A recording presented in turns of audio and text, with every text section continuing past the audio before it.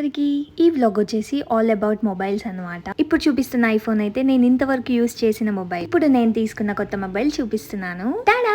ఆ మాటల్లోనే మీకు అర్థమై ఉండాలి నా ఎగ్జైట్మెంట్ అయితే అంతా ఇంత కాదు. నాకు ఈ మొబైల్ అయితే చాలా బాగా నచ్చింది. ఇక్కడ వాల్ పేపర్ ఏంటి మా అన్నది ఉంది అనుకుంటున్నారా? లాస్ట్ వరకు చూడండి గైస్, మీకే తెలుస్తుంది ఎందుకో. ఇప్పుడు చూసినట్లయితే చాలా ట్రెండింగ్ లో ఉంది ఈ మొబైల్. ఇలా ఫోల్డ్ చేసి అయినా మనం వాడుకోవచ్చు. నాకు ఇదే మెయిన్ బాగా నచ్చింది. నాకు వ్లాగ్ కానీ ఏదైనా వీడియో షూట్ చేసుకుంటే చాలా బాగుంటది అనిపించింది.